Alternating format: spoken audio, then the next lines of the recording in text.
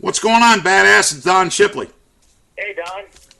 Got a good bunch of guys on here. Was hoping you would spend a few minutes with me and shoot the shit, man. You got an interesting story. I'd be happy to. Good. And how's the weather out in California? It's been in the low, around, hovering close to 80 degrees today in San Diego. Oh, damn. Those pussies going through Hell Week out there don't know what's going on, do they? Well, they sure have a way in Hell Week to ensure that they find the coldest spot and can make you cold even though it may be blistering hot outside. Yeah, we tell the guys that. Everybody wants to come down here. They're like, well, how are we going to get cold in July? Trust me, I find a way. So we get it going on. But you've got a really unique story that these guys have to hear. I've primed them up for you. But, Amir, how did you get interested in SEALs in the first place? What clicked with you? Because back then there was no internet. There wasn't any of that movies nor books nor anything. Back in 1972, I was a senior in high school, and my uncle, who had been in World War II, had been a boiler tech, approached me in Blacksburg, Virginia, my mother's brother, and said, "What are you going to do when you graduate from high school?" And I said, "Well, I'm thinking about joining the Army since my dad was in the Virginia Army National Guard." He said, "Well, what do you want to do in the Army?" I said, "Well, I think I'm going to try out for the Green Beret." He said, "Well, what do you want to do in it?" And I said, "Well, to be honest with you, I want to scuba dive, and they got a lot of cool weapons they do." He said, "Well, have you ever heard about the Navy Frogmen?" And over a chicken dinner, Blacksburg, Virginia, 1972, about Christmas time, I made my mind up that I was going to be a frogman, just from what my uncle told me about, because what he described to me was exactly what I wanted to do. Didn't have, I had seen the movie Frogmen with Richard Widmark, but that's about the closest I've ever seen anything about UDT. And I knew that from that moment on, that's what I wanted to do. So that a couple months thereafter, I went over to the recruiter office in Richmond, Virginia. I was only 17 years old, and I told the recruiter I wanted to sign up. He said, "What do you want to do?" I said, "I want to be a frogman." He said, "You're never going to make it." So I said, as I turned around to walk out, I said, "Oh, you're not going to sign me up for the Navy then."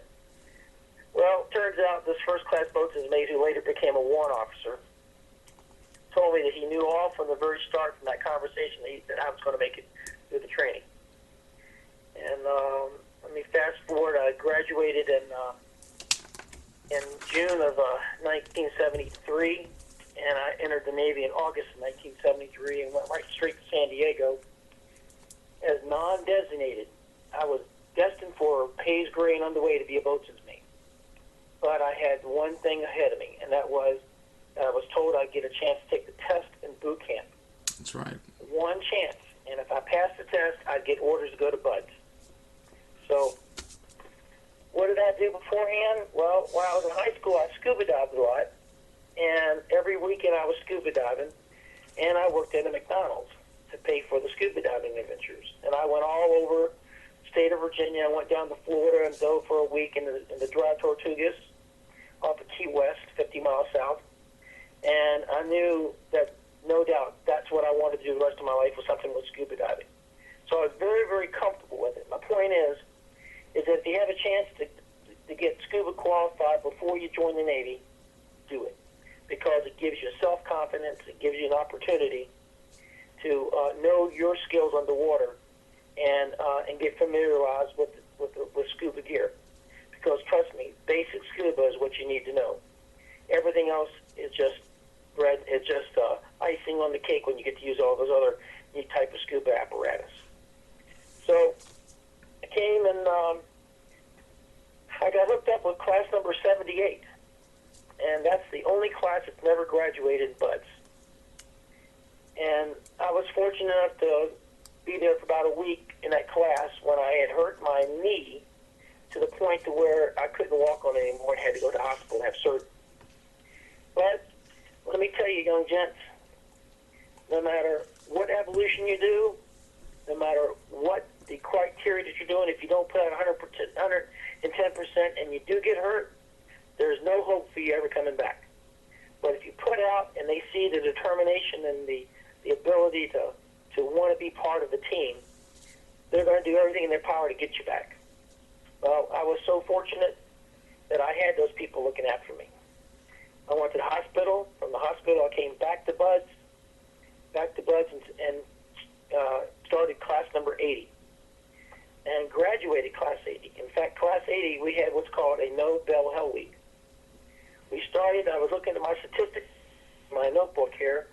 Looks like we started with 59 gentlemen. We had 15 officers. Actually, we had more officers that we graduated. We graduated 14 officers plus one officer for national and 10 enlisted. But by the time, about 59 guys, most of which was heavy officers, there was like 19 or 20 officers to start out with. When we got down to Hell Week, the day before Hell Week, we were down to 19 folks. And out of that 19 folks, I don't exactly recall the number of officers, but it obviously was very heavily in the officer side to the enlisted side. Well, how do you go about not graduating a BUD/S class?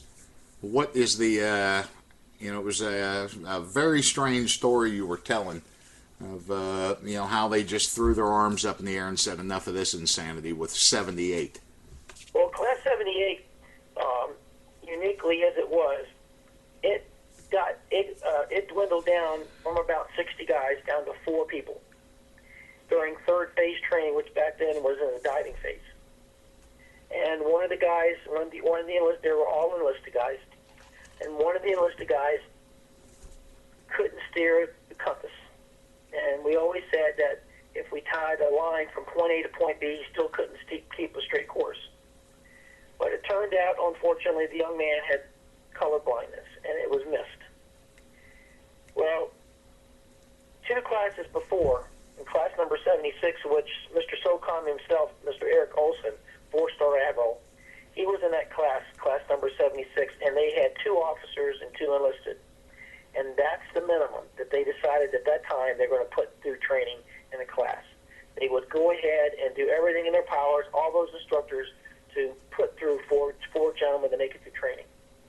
Well, class 78, when they threw the one guy out, now they had 3 enlisted, that did not meet the criteria anymore, so they decided to roll those 3 guys back, and they joined the class that was already in progress for second phase out at the island, and they went ahead and redid most of second phase all over again. Oh, there's a good deal. Oh boy, I look back at my BUD/S class, and I just can't imagine going through BUD/S with 4 guys. Or, I guess I could go either way. My class was whittled down significantly, and we had a better time. All these guys ever hear about is bad shit from BUD/S and bad instructors, but they start getting that sense of personality, and certainly by third phase, that thing of belonging. So while you're having the hell kicked out of you, you're also getting to form really big relations with these guys. But 4 dudes, and I didn't know Olson went through 76 and only had 4 guys in his class when they graduated. There's only 2 officers and 2 enlisted. And, fun bunch. One of the other enlisted became a Navy commander. And he's retired now, and he runs an ROTC program here in San Diego. And the 2 enlisted guys, they didn't have very long tours of duty. But as you know, Admiral, 4-star Admiral Eric Olson is Mr. SOCOM, and he's a great guy. When I was at BUD/S, I had an opportunity to while I was waiting for my class to gear up, I had a chance to be assigned to his class out at Nyland at the time when they were doing part of second phase training. And I had a chance to work with their class. Anytime you can volunteer, at any time. Remember, it's a volunteer in, volunteer out organization. Yeah. And you can volunteer, you get assigned some great opportunities. And I had a chance to work with Mr. Olson and his other classmates, and I got a chance to learn more about what it really meant to do land warfare training up front in advance. It was really an opportunity. The instructors, with 4 guys in that class, obviously there's a lot of scrutiny going on, but the same token, they never let up on the amount of professionalism that goes on in that training environment. No matter if you got 4 guys or 40 guys. But down in my class, we started with 19 guys in Hell Week, and we got down to the last day, and the lieutenant in charge of the first stage training walked up to me and asked if I was smiling. Wait, we're getting ahead of ourselves. Okay, go ahead. So you form up with Class 80. I formed up with Class 80 after my surgery. And how many guys started? About 59 guys, of which we had like about 21 officers. 21 officers. So you start Hell Week. And go ahead. Yeah, before we started Hell Week, though, I should mention I was looking at some of these numbers here. As interesting as it is, we had quite a few medical drops. We had 6 enlisted drop for medical reasons. We had 1 officer be dropped for medical reasons, and everybody else basically just quit. One officer was dropped from the program because he failed on day number 1. He failed the screen test.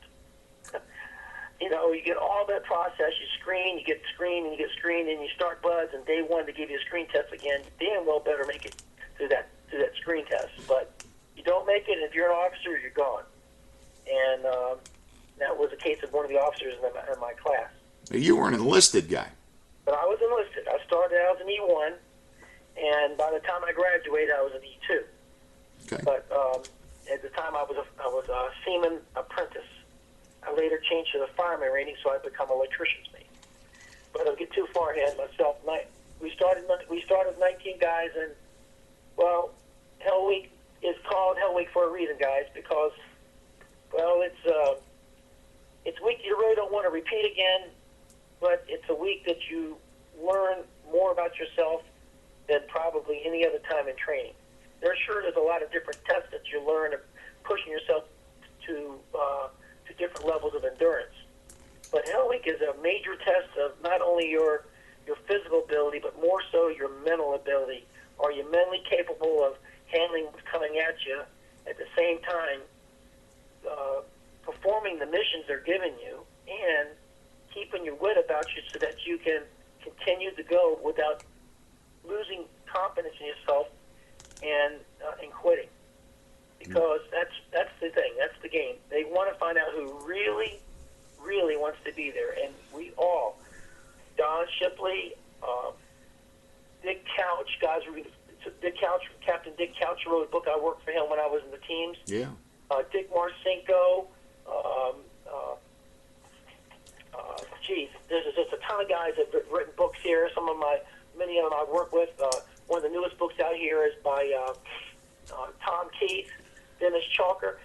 All these guys, we all did the same Hell Week. We all were put to the same test. And you just got to look, and you got to say, you know what, if you want to do this training, if you want to be a Navy Frogman, a Navy SEAL, you just got to do what everybody else did. And they don't make it any easier. They don't make it any harder.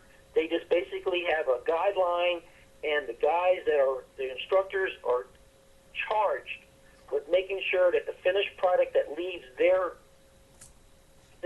supervision status is as good as they are, because they know that when they get to the fleet, to the teams, that those guys are going to be the ones that are going to be, they got to put their lives in, and their teammates that are already back in the teams that the instructors are sending these new guys to, these new guys are going to be high caliber enough that they know that they're going to protect their buddies too. Well, you know, you and I talked about that the other day, and that's the difference in SEAL team. You know, the SEAL team is just small to begin with, but when you make it through BUDS, these guys are going to get into platoons for years and just years and years. Your whole spec war career is spent in platoons, at commands with the guys that put you through training.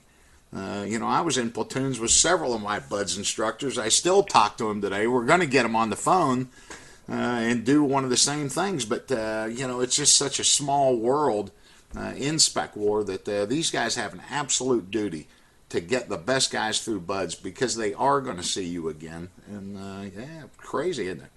Well, I've had the opportunity to lead a few little tours here in San Diego and bring some prospective candidates that are going to be going that have already signed up to come in the Navy, and the recruiters have contacted me to give them a personal tour. But I always make sure I have an opportunity to speak to one of the instructors, and the number one answer from every instructor of what it means for them to be a BUD instructor is the fact that they are the choke point to make sure that the product that leaves is as good as themselves.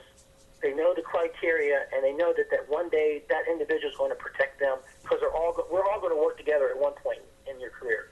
It always happens, and I've had the privilege to work with my proctor. Later became a master chief, and I've worked with him. I've worked with dozens of people that I've had the opportunity to be led by, and in fact, some of the people that were enlisted in that were my instructors later on became officers that I served alongside of as a lieutenant commander to a commander. I mean, I've moved up the rank, and I work with these guys side by side in operations. And it's a privilege to have earned the respect of your instructors, and then have the opportunity to work with them in training. Hey, but let me tell you something about Helo, which was really, really, really interesting. As I mentioned, we didn't have anybody that quit, but on the last day of training, the instructor walked up to me and asked me why I was smiling. So I said, because Helo Week is almost over. I know you're all laughing out there right now. That was the worst thing I could have possibly said. But, hey, I felt great, and I was always smiling during Helo Week. I was always positive attitude because I just couldn't believe that I'm getting an opportunity to do this. And, hey, the pay wasn't that great. Didn't matter what I was getting paid. I would have done it for free. But the fact that this was a job that I was doing, it was just unbelievable opportunity, so I wasn't going to blow it. I put 110% out every evolution, and then it paid off. Well, we started Helo Week over again, just like we had done day one, going down to the mud flats. And as we're paddling out to the ocean, we get a couple hundred yards offshore, and my classmate in front of me goes berserk, and he's ready to jump over the edge of the boat. Oh, wait. Now, you guys have just about finished that, but by your remark, they have decided to tell you guys to keep going. That's right. They told us that we're going to do Helo Week all over again, and that we're going to go down to the mud flats and do all the mud work that we were doing all over again. So nobody's real happy with you right now. Well, I'm the junior guy in the class, and everybody kind of looking at me as hey, what did you do to get us cause this? But unknowns to all of us, we weren't really keeping track of it. Although we kind of knew that nobody quit, but we did not know the importance, the level of integrity that our class had already achieved for those instructors at that point in training. And it takes, after a guy goes to SEAL training, then he goes to SEAL qualification training, then he comes to a platoon. He's pretty much, ready to operate, but you still have a period in which you work with your teammates and you kind of gel and you kind of get to know each other really well, so that you're always going to cover each other's back. Well, I look at it this way: the 19 of us did what it takes sometimes several years to accomplish in the teams. We did it in the first 3 weeks. We came together as a class, and we all helped each other. We didn't show any favoritism. We all showed the ability to work together, the ability to help each other. At the same time, we all showed our independent ability to be a leader, and that made a difference for those instructors and for that staff when they looked at our class. And that's the reason why nobody quit in my class. And when we got down to the mud flats and we got the word that Helo Week was over, when we went over the berm with our IBS, the instructor staff, the entire staff and the instructors of BUD had assembled, and they had a big barbecue for us. But they came up to us and they hugged us and they congratulated us. They shook our hands, and they made a point to come to each of us and tell us, welcome. And from that point on, we earned a level of respect. But I want to tell you all that training did not get any easier. It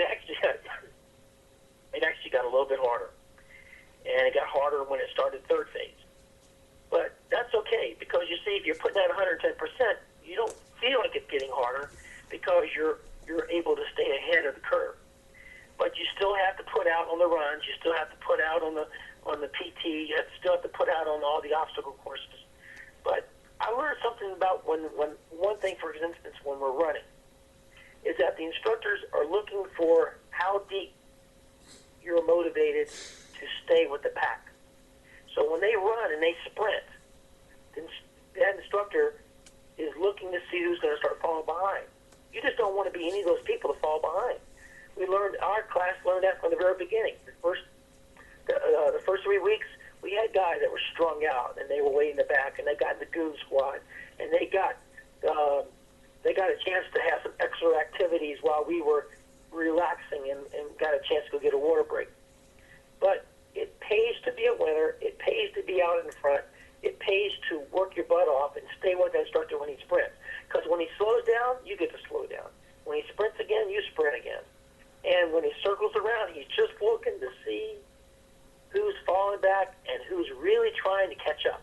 And when that one person he's looking at catches up, he takes off again. So if you don't stay with the group, you're always going to be behind, and you're going to tell yourself that you can't do it, and you'll quit. Well, it's the same thing with your Hell Week. Now, I don't think the guys are quite picturing what went on with you guys. Now, the 19 of you have had your asses completely handed to you. You're a bloody, pussy, open sore, wounded, crippled bunch of clowns. And you get the word that we're not done. We're going to do this again. Now, that is a... it's like doing some of the combat swimmer ops where, you expect to run into that ship. It's black. You can't see anything, and you don't hit it. And everything in this world is telling you to come up and peek and find out why you haven't hit it and just a ton of other stuff. But now that paddle, when they told you guys you're doing Hell Week again, you guys had to go all the way down to the mud flats, which was no small paddle. No, it's about a 14-mile trip, I think it was. Oh, yeah. So you guys think you're done, and these guys tell you you're not. And just to reinforce it, it's not like they made you guys run over the berm and get wet and then told you, we're just screwing around with you guys. You went for a frickin' hump. So you guys fully think Hell Week is going to repeat itself. Well, you got to look at the fact that during Hell Week, and I didn't get into some of the nitty-gritty, but I'll tell you a couple things. You'll never, ever think that you can get any colder. You'll think that you're going to freeze to death. You'll think that when the sun comes out, you'll think you're just going to cook, and there's not enough water to keep you hydrated. You're going to have to swim long distances during Hell Week, and you're going to get cold and doing everything, and you're having to do drown proofing, and you're going to have to endure being sandy. Your crotch, man, my crotch, I don't think there wasn't a time it wasn't bleeding from the sand and getting in your shorts, and getting all the blisters and you're having to take special care of your feet. Anytime you get your boots off and air out your socks, wring them out and put them back on again. We had to wear those dive socks. I don't know what they're wearing now, but the socks we wore back then was thick cotton dive socks. So they got wet. They're real easy to blister you, so you had to wring them out real quick and throw your boots back on. But at nighttime, when the sun went down, boy, that was a long time before the sun came up again. And so you had a lot of time to think about a lot of things. Well, that was always the cool part of, looking back at Hell Week was, we had two shifts of instructors. You had the good SEAL instructors that were out during the daytime running Hell Week, but even the good SEAL instructors weren't all that good. But that's all they seemed to have primed you as during the daytime was, it'll be dark soon, and you will not like what's coming up next. Yeah, and just about sunset, here they come, the bad ones. And wave goodbye to the sun, fellas. It's going to be a long night. Don, you got an you give some of these kids an opportunity to experience a little bit what it's like to be miserable, what it's like to be uncomfortable, what it's like to be out of your comfort zone. And so I've had quite a few kids that asked me, hey, what do you think about that Don Shipley course? I said, look, I know Don, he's a great guy. I don't work for him, But I can tell you, if you had a chance to experience something without having to join the Navy, without having to totally commit yourself, and to see if you think you've got an inkling of just a little bit what it takes to do this job, go do it. It's a great investment. It'll give you an opportunity to test some of your manhood, to see if you have what it takes to endure some of the hardships, while at the same time, believe it or not, you're going to do some of the neatest stuff in the world. It just happens to be that when we do the neatest stuff in the world, we do it under miserable conditions. That's what SEALs being all about. I mean, I thought, when you got to the teams, it was going to get easier. When you got to the teams, you went out there, and now you are it. You're doing those jobs in the most miserable conditions. You're cold. You're working off a nuclear submarine. You're locking out. You're the guy in charge. You're the guy that's actually handling the valves on the trunk. You're locking out. You're the guy that's opening up that door and it's freezing cold water.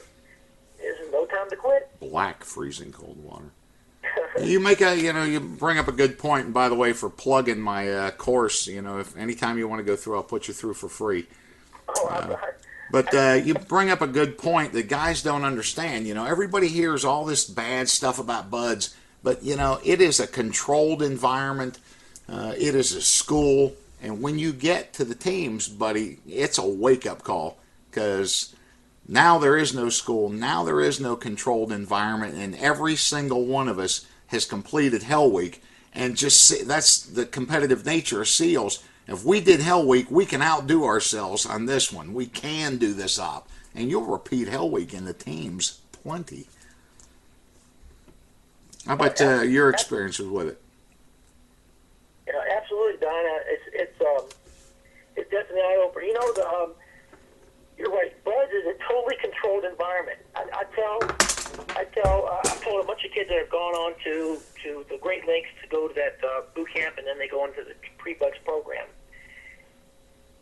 There is not one single event or any type of exercise or evolution that you're going to do in BUDS that they don't first show you exactly how to do it. Yeah. Every exercise, every obstacle course, everything you got to do in the water, working with explosives, working with ammunition, working with different weapons, they show you every single thing. Here's the kicker: you better be a fast learner, and you got to pay attention. You got to pay attention to details, because the details are going to get you kicked out of BUDS. You cannot have safety violations in BUDS, because a safety violation is a lack of responsibility. It's a dereliction of duty. It's a curse. That means you don't care about your teammates. So you got to pay attention. But like I said, everything you do, they show you how to do it first. So all you got to do, pay attention and do exactly how they show you, and make sure you put out 110%. And God, I wish I could go back and do it again. Well, that would be you alone, 'cause I ain't going back with you. But, we tell the guys that same stuff down here. Guys think that, and that's a good thing of why we do these shows and stuff. But guys really think often that they just throw you in the pool and you're expected to do this. But what it is, and I tell those guys this shit over and over and over again. Some of it does not register, and, that's a problem. But they teach you how to be a SEAL. So this instructor is standing in front of the class. He's running his pipe, explaining and teaching the evolution, and there's two kinds of guys that are listening to him. One is paying very close attention. He's completely focused on that instructor and every single fucking word that comes out of his mouth. And then the second group are thinking about, I'm never going to make this, I'm never going to pass it. All they see is his lips moving. They're distracted, and guess what? We didn't want them anyhow.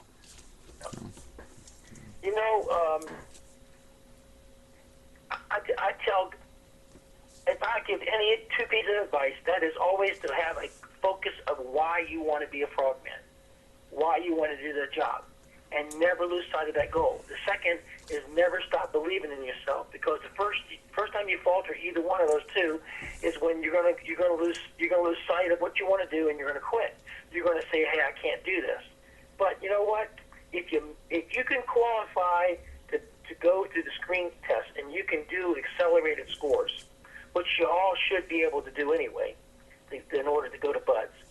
But if you can do that, that's all you really need to do, because if you just put out 110 while you're doing all your PT, while you're doing everything, you get stronger, you get faster, you get smarter, and you'll be successful, because everything is spelled out for you.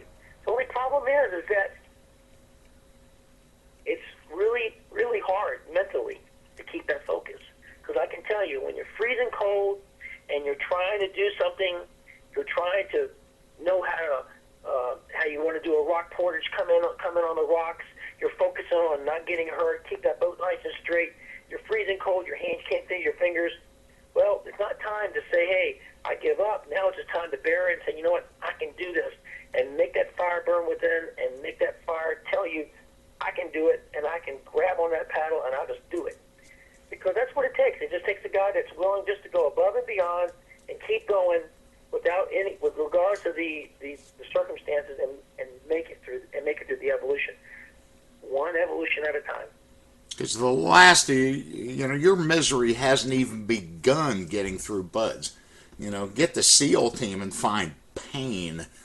And very cool the way you say it, because, there is no luxury of just stopping and saying, I quit. When you're on a mission, everyone's depending on you. You've got to keep your head about you. You've got to stay focused, and that's what BUDS is all about. The guys that don't panic, the ones that are confident, that can follow instructions, and a lot of instructions. You get that shit in BUDS, but the stuff you get in SEAL team, it's not. We want you to walk from here to here. You get 50 different things. The guys always get on me about sharks in the water. And none of us have ever forgot our first night ocean swim. But I tell them, very quickly into that, you are so consumed with your actions on the objective, what you're swimming to do. You've got a target. That's why you're swimming to it.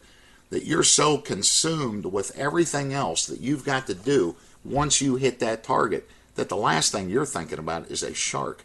And if you do, and the truth is that I guess I've never heard of any guy in the team ever getting hit by a shark. But it would be extremely rare if that ever happens, because sharks by nature are not coming after you. But you know what, Don?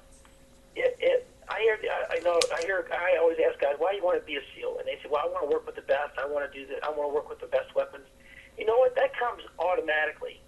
Mm-hmm. If you ask me then and ask me now why I wanted to be a SEAL, it's because I want to do the job that those guys got to do. Those guys get to jump out of airplanes. They get to scale mountains. They jump off of dams, out of skyscrapers. They come out of the ocean. You come into urban warfare environments. It's just a job. It's the opportunity to do that job. And what comes along with it? Oh, yeah, you do get to work with the best people. You get to work with some of the best equipment in the world. You get to work with equipment that nobody else has get a chance to use. You get to do some jobs that, well, I can't even tell you about it I can't even talk about it, some of the jobs I got a chance to do. But I can tell you that of some of the jobs I got to do, of course, back then in that era, we were working with the Apollo program, and we were working with missile recovery. And I had a chance to do a missile recovery project. But no matter what assignment I was overseas in Korea, or I was in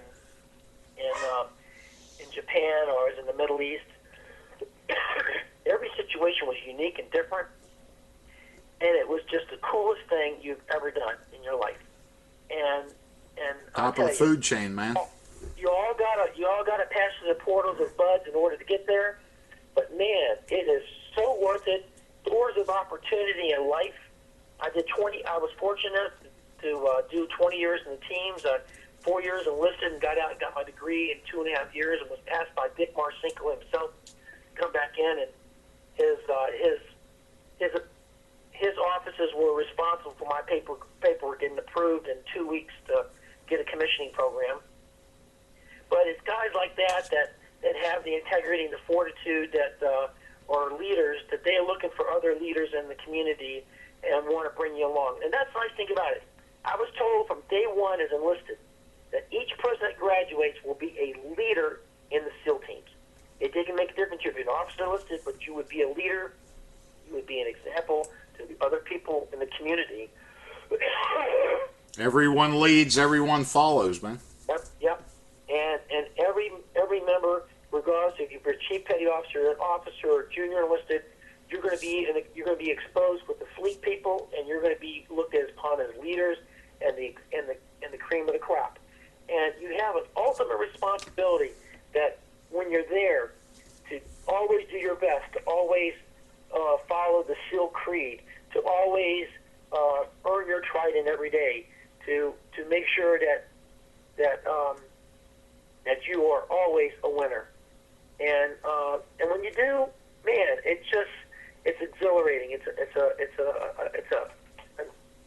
It's what drove me to want to stay with the community. What makes me wish I could go back to the teams, not necessarily the BUDs, mind you, but at least go back and operate with some of that incredible equipment. And hey, I got a chance to become a pilot and navigator for our mini submarine program. I know you told me a lot of guys they would want to get into the SDVs. There's so many different opportunities, being whether it's a sniper or being a radio operator or getting some advanced training in medical programs. But whatever the teams give you the opportunity comes your way, just snatch it up, because you're going to be so well rounded in your training opportunities that you're going to be called upon based on how much opportunities you raise your hand for. If they say, I need a volunteer to go to the school, raise your hand, because, man, it just keeps opening doors for you. You'll be the guy that's picked to go in that special operation that we can't talk about. You'll be that guy they'll look upon and say, hey, let's go pick his brain and see how he did that last operation, see how he gives us guidance on how we should do it. Good deals for good SEALs. And you might get lucky, and you'll be one of the guys that gets tapped and asked to get a commission, and everybody should try to get a commission in the teams. At least always shoot for chief petty officer, which is one of the greatest opportunities in the United States Navy, is to be a chief petty officer. All the guys should shoot for commissions except me. I'd have lasted all of about 5 minutes of that. Well, Chief till the day I die. I'm a SEAL, and I know you are, but I'm a... God, oh boy. Yeah, I'd burn that wardroom down, man. Well, Rudy Bosch had many opportunities, for example, to get commissioning. And he just wanted to be in the position he was and to be a leader. Yeah. And he was just that. 43, 45 years. And he was the guy that everybody looked up to. Yeah. When I was in SEAL Team 2, I had the privilege of working for Rudy Bosch, Tom Keith, and a whole bunch of people. On the West Coast, I worked with a lot of great people out here, including Dick Couch, who's written a book here, and I've had an opportunity to meet a lot of people that have made an impact in special warfare to be a leader among leaders, and it's just, it's a unique opportunity to say the least. Yeah, it's bring up Tom Keith a few times. I've been all over. I put up. You get on YouTube, my YouTube channel, search Buds 131, and see that video I just put up there last night called Then and Now, of those old badasses in Vietnam and what they look like now. And for you guys that want to be SEALs, you're going to be that someday. We all get old, but the next time some of you young booger eaters decide to make a few off-color remarks to some old guy walking down the street, you might be surprised what that old guy did in his life, and he'd still shoot you in a second. But Tom Keith, yeah, that was one scary guy, and me and him did a lot of stuff. He took me under. I was his sea pup, and what a great guy. I got to get him on here, and Doc Rehos is going to talk to us on Wednesday. Fantastic. When you graduated, Buds, where did you go? I went to the Underwater Demolition Team 21 in Little Creek, Virginia, and was almost deployed right away to the Mediterranean. We thought we were going to go to Vietnam because the Vietnam War was winding down, but it wasn't at the very end at that point. But 1975, Hanoi fell. But we got assigned to an opportunity to work in the Middle East at that point. Well, I was in that platoon, UDT, and then once I left UDT, I went to A school, got my credentials in electrician's mate, and then was assigned to SEAL Team 2.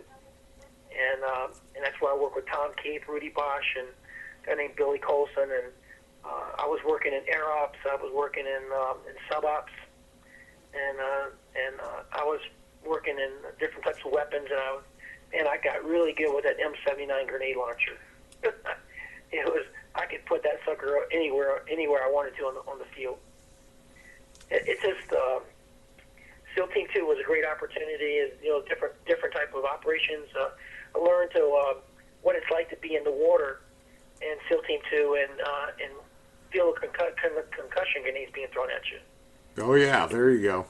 Yeah, some of the early days of Dick Marcinko, where he was actually putting guys in real life environments where you could actually experience some of these things that instead of we saying, well, the guys just threw this at you or this door just blew up. We got a chance to do some of these real things, and it added the realism and it gave you the opportunity to feel it. One thing I want to say about my BUD instructors, and go back to BUD a second, is that 90% of them had just come back from Vietnam.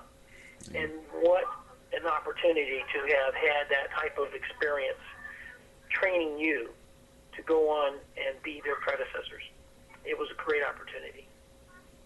Yeah, and guys like Tom Keith, when these guys get into the teams, that is probably, BUD's training is one thing. We're all scared shitless getting started. For some reason, though, when you roll through the doors of your first SEAL team, man, is that a wake-up call?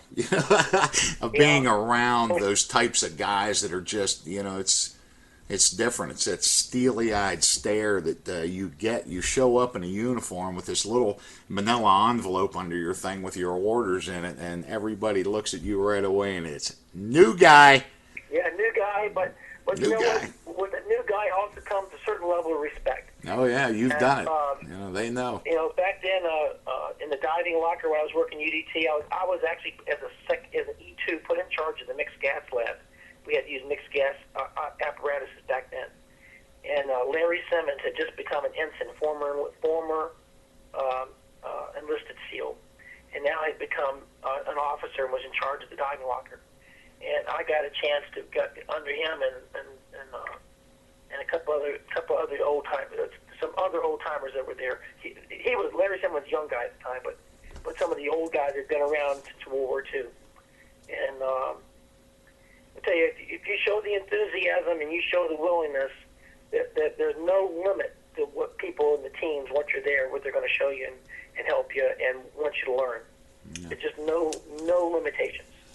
That's true. There's no other place like that on the planet that guys will absolutely, stop everything. And look at you. You got better shit to do. Most people would think than to be on here trying to answer some questions, taking a little bit of time out, and you helping the guys. But as a new guy in the teams, you're going to earn that trident. But man, the things they'll do, the whole team depends on you. And get you up to speed, and then you get wrapped up with guys like Tom Keith. Damn, going through that dude's booby trap course from Vietnam. I mean, you were right there in the Rungsek special zone with that guy being blown up. You learn right away how to set a booby trap behind you, or set up that you can do a quick ambush and set up things with the Claymore mines, and have grenades that you just take them out of the tube and tack the tube to a tree to where with a tripwire you just set up a quick ambush site.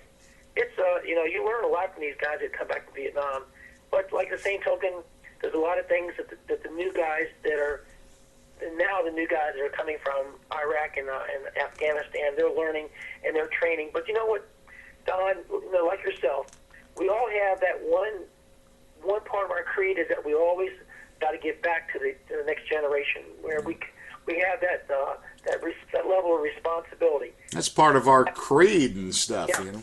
Give back, be a mentor, give back, answer questions, look for those young guys that want to do this program, encourage them that they can make it through.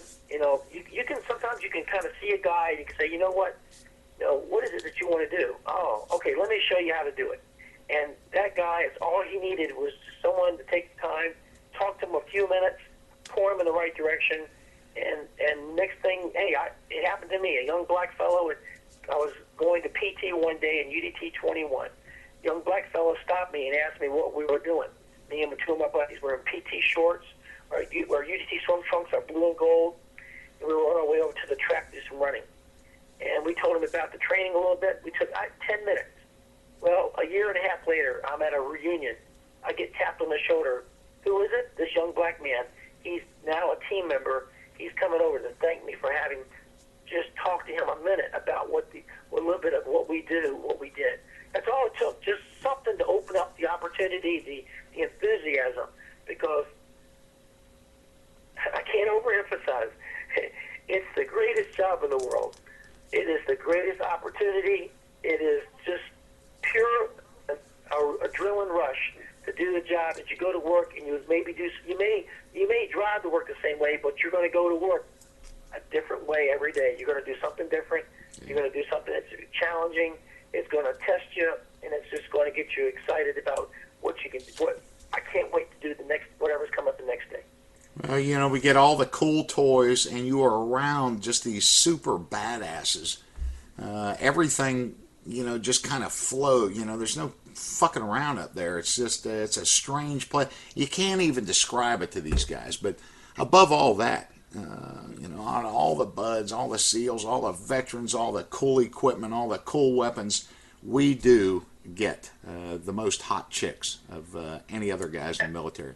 Well, you know what? If you can just see yourself doing the job, you're halfway there. The other thing is just focus on why you want to do it, and then just go out there and do it. You can pass the screen test. Nice. You got the physical attributes. You have the ability. You can pass the medical screening. You have the academics. And trust me now, Don can testify to this. There's no stupid SEALs, guys. You got to be smart.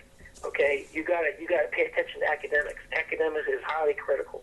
You can't just go in there just because you've got a bunch of muscles and no brains. They don't pay you. They don't give you the opportunity to do things if you don't have the smarts as well. Academics is so important. So whenever you're in training, if you don't understand something, raise your hand. Go see an instructor. Ask them for help. Ask them for remedial training. Ask them for some assistance. Work with your classmates. They'll help. Some of your classmates will work with you. Well, I had a study group. Yeah, I was an E2 in the class, and I was teaching diving physics to my classmates because I already knew everything about scuba. Well, I knew a whole lot about scuba diving. I can't say that one person knows everything about it, but you can learn. You can sure do it like I did for a year and a half in advance. Where were you when I was going through buds and damn near kicked out for dive physics? Damn, I hated that. That was a tough one. Good for you running that stupid study. That's what they called it. So like I said, Don, give me some affirmation here. You got to have smarts. Academics is just as important as everything else. Yeah. Oh yeah. Oh yeah. You'll get thrown out of that. Guys don't quite understand that as well. But they you talk about dive physics, and it's important for the guys to know that. While physics in and of itself, or just, any of the other study there is not that bad. The subjects aren't that hard. You're just exhausted. You're tired. And, you've got to find time to study, and I don't know, Amir, if you've ever, do you still have any of your Bud's notebooks where the pen starts dropping off the side of it? I have every single notebook I have from Bud that I always save for review. Oh boy! All the ones that you studied in regards to your demolitions and the formulas. I have every book I've ever received at Bud. I still have them, and I have a lot of books I got when I was in the teams. I saved them all because you always use them as reference. Tell you, they teach you. It's not called Basic Underwater Demolition Seals for a reason. It's called that for a reason because they teach you the basics, and you can always fall back on the basics. Look back at it, and then continue back on again. Yeah, go back to the basics and learn from them. But yeah, I still have all those books. But look, I don't want to just say the diving test was hard. You had to learn the formulas for explosives. You had to learn formulas for cutting shape charges or doing how to cut time fuse and how to measure it. And repetitively over and over, you get real good at it, and you learn to become a professional. Yeah, I'd say for most of these guys, going in, the younger guys that still have that, high school background, at the very least, it's good study habits. Develop very good study habits. Have that stuff. There's a lot of kids that are going there now. A lot of kids are going there now that have at least 2 years of college under their belt. Yeah. And the reason these are the ones that are successful making it through the program. And the reason is because when you get to college, you don't have mom and dad holding your hand anymore. At college, you learn to do multiple things at the same time, and you're getting tested on different classes, and you're learning to be independent, responsible, dedicated, and motivated to do the work because no one else is holding your hand. And some kids get an opportunity. Maybe they're coming from a farm life, and like one of my classmates lived on a farm. He was a son of a preacher. But he made it through training because he learned some basic fundamentals of responsibility, accountability, and determination when he worked on that farm. It doesn't happen to everybody, but I can tell you that those kids that do go to college and get a couple years under their belt, they're more prepared mentally to handle the challenges that are ahead of them academically. And so when it comes down to what you can do while you're in college, sure, participate in a sports team or even in high school. Participate in something that requires teamwork, that requires you to not only have to give yourself 110%, but if you're not working with your teammates, you can't succeed. And those are the type of things that will build that foundation while you're in school that are going to help you be successful no matter what you do. And yeah, maybe become a Navy SEAL. So from class 78 to 80, how many years do you spend in the SEAL team? Well, I retired in December of 96, and I graduated in January 1975. So that's a little over 22 years, but I had about a 2.5 year break while I was going to college. So what a badass. 20 years. Really good job, to hear some of those stories out there. And, that's what we get on, we want the guys to succeed. We want to fill them up, but it must be a lot of pride, Emir, to be able to say, I went through a class that graduated no one, and I went through a class that no one quit. Very cool stuff in SEAL history. It was a unique opportunity, and gentlemen, if I get my ducks in a row, I'll be coming out with a book hopefully sometime, maybe in 2010 or early 2011, called Frogman 80. So we'll just keep your eyes open for the bookstores and see what happens. And I'll be telling a little bit more detail about the stories that we did. And like I said, I don't know. We want to see everybody. We want to see everyone graduate. That's the key. We really do. Everybody goes to BUD/S. We really want to see you graduate. It's all up to you. It's all up to you. You put out. That's a fact. Why don't you come out here this spring, summer, or fall and give me a hand running these courses? I'd love to come out there. Come on out, it's on me, man. Come on out here and let's have some fun. I'll make a plan and come out there and see you in the near future. I think Scott was going to come out from. At this time. Yeah, I think Scott from NavySEAL.com was going to come out as well. You can hook up. We'll have a party. Great. Thanks, bro. Really, really well done, dude. Really good job. Helps these guys out. If they got any special questions, they can email you, and you can email me, and I'd be happy to email them back. And any particular questions about the training. Okay, we'll do that, and then let's do it again soon. All right, fire away with question, guys, and then I hope you be successful and keep the fire burning, and most importantly, never quit. Kick some ass, Emir. Thanks, bro. I appreciate it. Talk to you soon, man. Bye-bye.